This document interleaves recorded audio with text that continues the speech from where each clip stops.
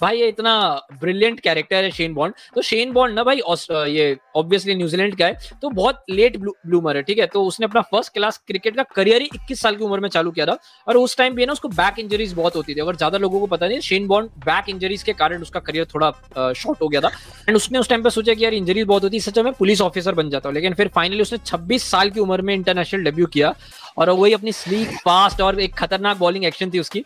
तो post sir Richard Hadlee, जब से रिचर्ड हेडली का रिटायरमेंट हुआ था न्यूजीलैंड के ग्रेट, उसके बाद से ना कोई भी जेन्युइन फास्ट बॉलर नहीं आता। अगर आज के टाइम में भी तू देखे तो बहुत कम जेन्युइन फास्ट, एक लॉकी फर्ग्यूसन तू देखेगा मे बी, ठीक है। तो वही टिबली टॉबली वाले बॉलर्स थे, क्रिस हांस हो गया, नेथन एसल हो गया, डेरिल टफी, क्रेग मैकमिलन, इस टाइप के बॉलर्स थे जो ऐसे क्या बोलते मीडियम पेसर्स थे।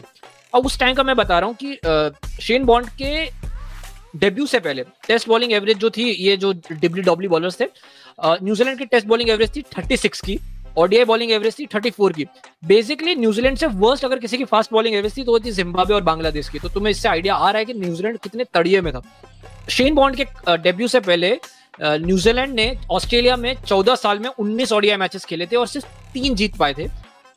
शेन बॉन्ड डेब्यू करता है ऑस्ट्रेलिया के सामने और पहले 3 ओडीआई ही खेलता है ऑस्ट्रेलिया के सामने, और तीनों के 3 ओडीआई न्यूजीलैंड जीत जाती है। और उसी डेब्यू सीरीज में शेन बॉन्ड ऑस्ट्रेलिया के सामने 21 विकेट्स लेता है और प्लेयर ऑफ द सीरीज बनता है। उसके डेब्यू के पहले सिर्फ 3 मैचेस जीते थे 14 सालों में, और सीधा उस डेब्यू सीरीज में आता है, 21 विकेट लेता है और सीधा 3 मैचेस जीते। टेस्ट क्रिकेट में शेन बॉन्ड ने सिर्फ 18 मैचेस खेले और उस 18 मैचेस में न्यूजीलैंड ने 10 जीते हैं और सिर्फ 2 ही हारे हैं। उसके अलावा शेन बॉन्ड के अलावा न्यूजीलैंड ने 48 टेस्ट मैचेस खेले तो भी 10 ही जीते हैं। शेन बॉन्ड के साथ 18 में 10 जीते और बिना शेन बॉन्ड के 48 में 10 जीते। और इस अपने करियर में शेन बॉन्ड ने 18 मैच के करियर में 4 प्लेयर ऑफ द मैचेस जीते हैं और 2 प्लेयर ऑफ द सीरीज जीता है। मैं इसमें तुमको कॉन्टेक्स्ट के लिए बता दूं, ट्रेंट बोल्ट ने, एक उनका बहुत ही बड़ा क्रिकेटर, लेजेंडरी क्रिकेटर, उसने भी अपने पूरे करियर में दो प्लेयर ऑफ द मैचेस जीते 78 टेस्ट मैचेस में। शेन बॉन्ड ने 18 मैचेस में बेसिकली उतने जीत लिए थे। उसके आगे मैं बढ़ता हूँ, प्लेयर ऑफ द सीरीज के आगे बढ़ता हूँ, जो कुछ अमेजिंग रिकॉर्ड्स मैं बताना चाहता हूँ शेन बॉन्ड के, तुम लोगों का दिमाग घूमने वाला है। शेन बॉन्ड ने अपने 32 इनिंग में हर एक इनिंग में मिनिमम सिंगल विकेट लिया है। ऐसा कोई इनिंग गया ही नहीं है उसके टेस्ट क्रिकेट की हिस्ट्री में कि उसने एक विकेट ना लिया हो। उसका 38.7 का स्ट्राइक रेट है भाई। 125 साल की क्रिकेट की हिस्ट्री में इससे बेटर स्ट्राइक रेट किसी का है ही नहीं, जैसे 500 ओवर्स मिनिमम डालो। 38 का strike rate, 38, I again repeat my Lord, 38, her 36 over में एक बंदा विकेट ले रहा है, ठीक है। अब इसमें गजब बात बता रहा हूं कि 27% of his wickets were the top 20 batters of his era. तो उसने अपने करियर में जितने भी विकेट्स लिए हैं टेस्ट मैचेस में, उसमें से 27% विकेट्स उस एरा के टॉप 20 बैटर्स के हैं। उसमें भी एक गजब बात बता रहा हूं, उसने कुछ 87 विकेट्स लिए हैं, उसमें से 68 विकेट्स टॉप ऑर्डर बैटर्स के हैं। और एक गजब बात बता रहा हूं ठाकुर, तेरा दिमाग लो होगा, उसमें से भी जो 87 विकेट्स हैं उसमें से भी 48 विकेट्स ऐसे हैं जब बैटर्स है ना 10 रन भी नहीं मार पाए थे। बेसिकली वो बैटर को आते ही उड़ा देता था। तो समझ रहे, 87 विकेट्स में से 48 विकेट्स ऐसे हैं जब सामने वाला बैटर 10 रन भी नहीं मार पाया था। तो वो, अगर तुम नए हो और तुमने शेन बॉन्ड के सामने आया तो भाई चुपचाप हाथ ऊपर करो और चल जाओ, क्योंकि बहुत चांसेस हो तुम्हें लपेटने वाला है। That was freaking Shane bond. मैं थोड़ा ओडीआई क्रिकेट के बारे में बात करता हूं। उसका जो डॉट बॉल परसेंटेज था ओडीआई क्रिकेट में वो था 71.2%। मतलब वो जो अपना पूरा स्पेल डालता था उसमें से 72% ऑफ द टाइम वो डॉट बॉल्स होते थे। ये उस टाइम पे शॉन पॉलॉक और ग्लेन मैग्रा से भी बेटर था। इससे 2 बड़ा नाम है उस एरा का, कोई नहीं है। इनफैक्ट उसकी जो बॉलिंग एवरेज है सिंस 1990, उससे बेहतर किसी की बॉलिंग एवरेज नहीं है, दैट इज 20.88। ओडीआई में एक बंदा 21 की एवरेज से बॉलिंग कर रहा था सिंस 1990, उससे बेटर किसी की बॉलिंग एवरेज ही नहीं रही। और यहाँ बड़े से बड़ा बॉलर आ चुका है, ठीक है। उसके अलावा जो उसकी बॉलिंग स्ट्राइक रेट है वो भी सबसे बेस्ट है 1 बॉलिंग एरा में। मतलब उसके बाद 2 बॉल्स बेसिकली इंट्रोड्यूस हो गए थे।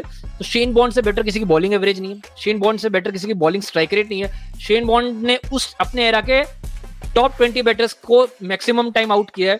शेन बॉन्ड के सामने ज्यादातर बैटर्स अगर 10 रन के अंदर है तो आउट हो जा रहे थे। बेसिकली तुझे बता रहा, अगर एक बंदा, बेसिकली भगवान ने इसको एक जानबूझ के कहना क्या कहते हैं, एरर डाल दिया इसके अंदर, एक क्या बोलते हैं, मैं कोडिंग की भाषा में कुछ बोलते होंगे कि जानबूझ के एक बग डाल दिया, वरना ये लेजिट गॉड स्लेयर था, डीमन स्लेयर जो अपने बोलते हैं। मैं उसमें और अमेजिंग जाता हूँ।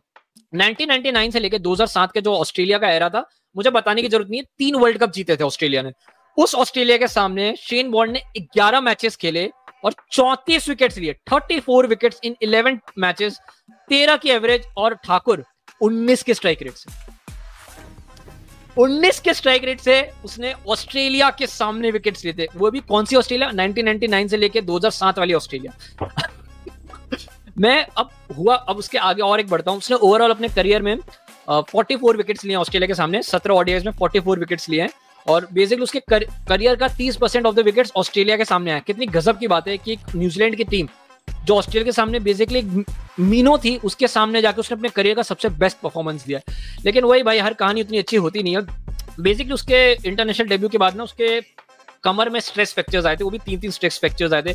उसको शोल्डर में इंजरी हुई थी, उसको काफ में इंजरी हुई थी, उसको नी में हुई थी, बहुत सारी जगह इंजरी हुई थी। उसमें से एक बहुत ही मेजर उसको बैक सर्जरी, उसको अपनी कमर की सर्जरी करानी पड़ी थी। मेरे को लगता है आज के टाइम में Shane bond is among the top most underrated player. मतलब हम लोग बहुत बड़े बड़े लोगों की बात करते हैं, वसीम, मगरा, प्रेटली, और करनी भी चाहिए, लेकिन शेन बॉन्ड दुनिया का सबसे बड़ा व्हाट इफ है। अगर भगवान ने उसको कमर की इंजरी नहीं दी होती तो उससे बड़ा कोई नाम ही नहीं था।